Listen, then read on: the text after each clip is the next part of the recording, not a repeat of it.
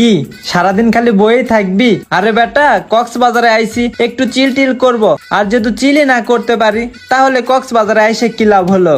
আরে মামা, চিল তো করবই। কক্সবাজার আইছি, চিল করব না এটা কোনো কথা হইলো? আর মামা, এমন কোনো চিল করা যাবে না পরবর্তীতে কোনো সমস্যা হয়। আর তুই মামা জানোসই তো আমার একটু ডর করে। ডর করি মানে?